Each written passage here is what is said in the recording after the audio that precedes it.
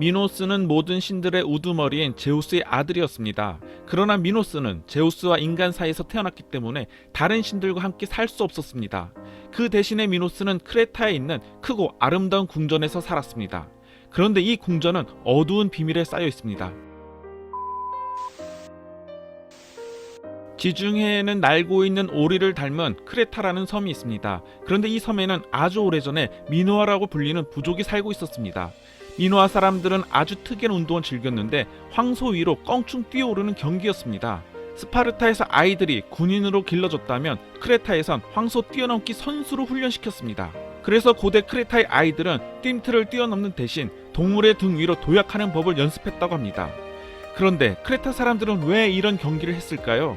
그들에게 황소 뛰어넘기는 신을 숭배하기 위해 연 축제의 아주 중요한 행사였기 때문입니다. 그들의 신이 황소의 모습을 하고 있다고 생각했습니다. 그래서 황소 뛰어넘기가 모두 끝이 나면 황소는 신에게 제물로 바쳐졌습니다. 이런 황소 뛰어넘기 축제를 보기 위해 사람들이 각지에서 모여들었고 황소 뛰어넘기 선수는 매우 특별한 대우를 받았다고 합니다. 그러나 황소를 뛰어넘는다는 것은 엄청 위험한 행동으로 선수들은 20살을 넘기는 경우가 매우 드물었다고 합니다. 미노아 사람들은 황소 뛰어넘기 외에도 배를 만드는 기술로도 유명했습니다. 고대 지중해에는 해적들이 득실거렸는데 아직 바다를 지배하는 사람이나 민족이 없었기 때문입니다. 고대의 왕들은 육지에서 싸울 강한 군대를 만드는 법은 알고 있었지만 병사들을 바다로 데리고 나갈 만큼 큰 배를 만드는 법은 알지 못했습니다. 그러나 미노아의 왕은 달랐습니다. 그는 미노아 사람들이 지중해를 건너 육지로 안전하게 갈 수 있어야 한다고 생각했습니다. 그래야 무역을 할 수 있기 때문에 왕은 조선기술 장인들에게 커다란 배를 만들도록 했습니다. 미노아 기술자들은 고대 세계에서 가장 유명한 조선 장인들이었습니다.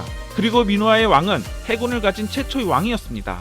당시 미노아의 해군은 세계에서 제일 강했고 그래서 크레타에는 큰 성벽이 필요 없을 정도였습니다. 이러한 고대 크레타 사람들을 미노아인이라고 하는 것은 전설 속의 왕 미노스에서 이름을 따다 후대에 붙인 것입니다. 사실 그들이 자신들을 뭐라고 불렀는지는 아직도 미궁입니다. 암튼 전설에 따르면 미노스는 모든 신들의 우두머리인 제우스의 아들이었습니다. 그러나 미노스는 제우스와 인간 사이에서 태어났기 때문에 다른 신들과 함께 살 수 없었습니다. 그 대신에 미노스는 크레타에 있는 크고 아름다운 궁전에서 살았습니다. 그런데 이 궁전은 어두운 비밀에 쌓여 있습니다. 궁전의 지하에 그 누구도 빠져나올 수 없도록 만들어진 꼬불꼬불하고 아주 복잡한 미로가 있는데 그 미로의 끝에는 미노타우로스라는 끔찍한 괴물이 살고 있다고 합니다. 이 미노타우로스를 본 사람은 아무도 없었지만 사람들은 그가 반은 사람이고 반은 황소로 사람을 잡아먹고 산다고 믿었습니다. 미노스 왕은 자신의 백성들이 미노타우로스의 먹이가 되는 것을 원치 않았습니다.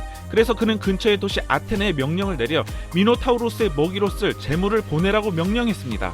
만약 명령을 어기면 아테네를 공격할 것이라고 위협했습니다.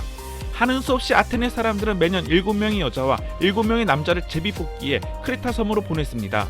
그런데 아테네 왕의 아들 테세우스가 18번째 생일날 바닷가를 산책하고 있을 때 검은색 돛을 달고 있는 배와 그 주변으로 슬픔이 가득한 풍경을 보게 되었습니다. 테세우스는 도대체 무슨 일인가 하여 그들에게 자초지종을 물어보니 지금껏 투표할 때 테세우스는 왕자이기 때문에 제비뽑기 그릇에 테세우스 이름 넣지 않았으며 그렇게 테세우스는 매년 희생제물을 크레타로 보내는지도 몰랐던 것입니다. 테세우스는 이야기를 다 듣고는 자신이 크레타로 가 미노타우로스를 만나 그놈을 죽여버리겠다고 합니다. 만약 자신이 성공하면 검은 돛이 아니라 흰 돛을 달고 아테네로 돌아올 것이라고 했습니다. 테세우스의 아버지 아이게우스 왕은 아들에게 가지 말라고 말렸지만 테세우스의 결심은 이미 확고했고 결국 테세우스는 다른 희생자들과 함께 배에 올랐습니다. 그들이 도착하자 미노스 왕이 직접 크레타 해안으로 마중 나왔습니다. 왕의 뒤에는 그의 아름다운 딸 아리아드네가 다소곳하게 따르고 있었습니다. 미노스 왕은 희생자들을 크노소스 감옥에 가두고 밤이 오기를 기다렸습니다. 그런데 아리아드네 공주는 첫눈에 테세우스에게 반해버렸다고 합니다.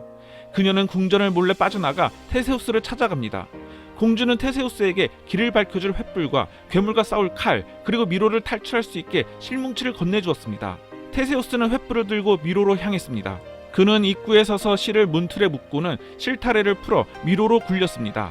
공주의 말에 의하면 미노타우로스는 미로의 가장 깊은 곳 아래에 있기 때문에 실뭉치는 굴러굴러 길을 안내했습니다. 마침내 테세우스는 반은 사람이고 반은 황소인 미노타우로스를 발견했고 여차저차 미노타우로스를 이겨 실을 따라 미궁을 빠져나왔습니다. 그렇게 테세우스는 아드리아네 공주와 함께 크레타를 떠나 아테네로 향했습니다. 물론 다른 13명의 희생자들과 함께 배를 탔습니다. 그러나 테세우스는 너무 서두른 나머지 그만 힘도 다는 것을 잊어버렸습니다. 그들은 아침이 되어서야 아테네 항구에 닿았는데 아에게우스는 절벽 위에서 아들이 돌아오는 것을 기다리다가 검은 돛이 달린 것을 보고는 그만 투신하여 테세우스는 아테네의 왕이 되었다고 합니다. 왕이 된 것은 축하할 일이지만 너무나 가슴 아픈 즉위식이었고 테세우스는 아버지를 기억하며 아테네 항구에 기념물을 지었으며 아버지의 이름을 따 아테네 주변의 바다를 에게해라고 하여 오늘날까지 그곳을 에게해라고 합니다. 그런데 미노아 사람들에게 도대체 무슨 일이 있었던 것일까요? 지금으로부터 2000여 년 전 크레타의 미노아 사람들은 불가사의하게 사라져버렸습니다. 그들의 문명은 갑작스런 종말을 맞았습니다. 미노아 사람들은 모두 크레타를 떠나버렸습니다. 정확히 할 순 없지만 많은 역사학자들에 따르면 크레타 섬 가까이에 있던 테라라는 섬의 화산 분출 때문에 미노아 사람들이 떠났을 것이라고 추측하고 있습니다. 테라는 작은 섬처럼 생겨서 사람들이 농사도 짓고 들판에서 가축을 키우기도 했습니다. 하지만 실제로 테라는 지중해에 솟아있던 활화산의 꼭대기였던 것입니다.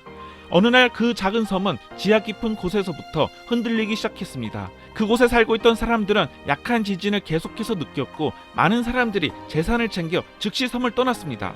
하지만 지진이 어느 정도 가라앉자 아직 테라에 남아있던 사람들은 그대로 머물기로 했습니다. 하지만 화산 폭발은 끝난 것이 아니었습니다. 화산의 용암이 갑자기 식어서 만들어진 속돌이라는 바위 조각들이 화산 밖으로 뿜어져 나오기 시작하더니 마을 전체를 뒤덮어버렸습니다. 사람들은 부랴부랴 피난을 준비했지만 화산은 용암을 뿜어내면서 폭발했습니다. 커다란 돌들이 폭탄처럼 마을로 떨어졌고 화산은 안쪽부터 무너져 내려 구멍을 메우기 위해 밀려드는 바닷물에 테라섬은 순식간에 영원히 가라앉아 버렸습니다. 불행 중 다행으로 크레타 섬은 그때까지만 해도 아무렇지도 않았습니다. 하지만 화산 때문에 밀려온 쓰나미가 덮쳤고 거대한 화산재 구름과 먼지와 연기가 바람을 타고 와서 섬을 완전히 덮어버렸습니다. 농작물은 재로 뒤덮였고 먹을 것은 바닥났으며 숨조차 제대로 쉴 수 없었습니다. 그래서 학자들은 사람들이 크레타 섬을 떠난 것이 아닌가 추측하고 있습니다. 물론 떠나지 않은 사람들도 있었지만 이후 미노아의 도시들은 두 번 다시 강력한 도시로 성장하지 못했습니다. 다음 시간에는 크레타 섬에 나타난 낯선 고대 유럽 문명 미케네 초기 그리스 이야기로 다시 찾아뵙겠습니다. 시청해주셔서 감사합니다.